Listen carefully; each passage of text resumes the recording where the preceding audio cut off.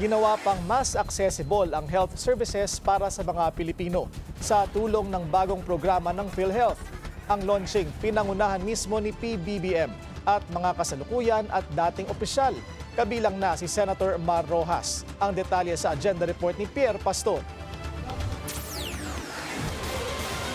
Yaman ng Kalusugan Program o YAKAP, isang mas pinalawak na programa ng PhilHealth para mas mailapit pa sa taong bayan ang health services.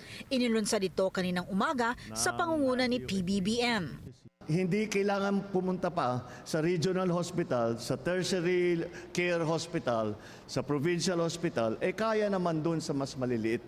Kaya ito ang aming ginawa. Binaba natin ang serbisyo ng healthcare natin para mas malapit doon sa pinanggagalingan ng ating mga magiging pasyente ay mararamdaman ng taong bayan na ang pamahalaan ay nandito at ginagawa ang lahat at ginagamit lahat ng kakayahan ng buong pamahalaan upang tulungan kayo, lalong-lalo na kapag kayo ay may sakit.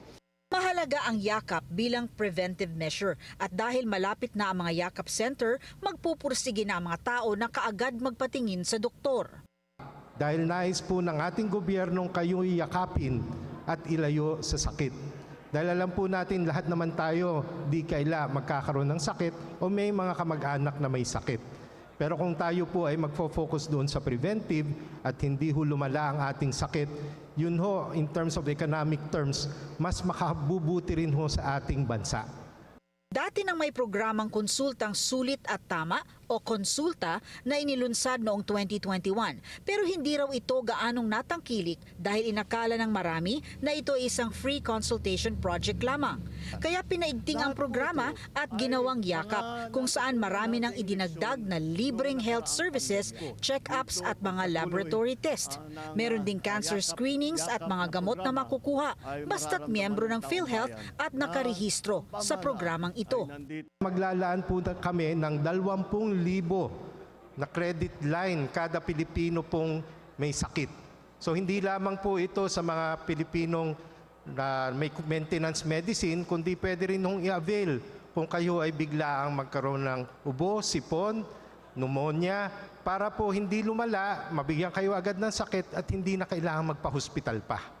May accredited na health providers o YAKAP centers sa iba't ibang bahagi ng bansa na maaring madaling mapuntahan. Para maging YAKAP member, maaring magrehistro sa egov.ph app or sa www.philhealth.gov.ph o sumadya sa mga local PhilHealth office. Pangunahing layunin ng YAKAP na mailayo sa pagkakasakit ang mga Pilipino. Balak din ng pamahalaan na i-fully digitalize na ang proseso ng pagrehistro sa YAKAP at iba pang government health services para mas madali at mas mabilis na makarating sa taong bayan ang mga serbisyo. Para sa agenda, Pierre Pastor, Billionaire News Channel.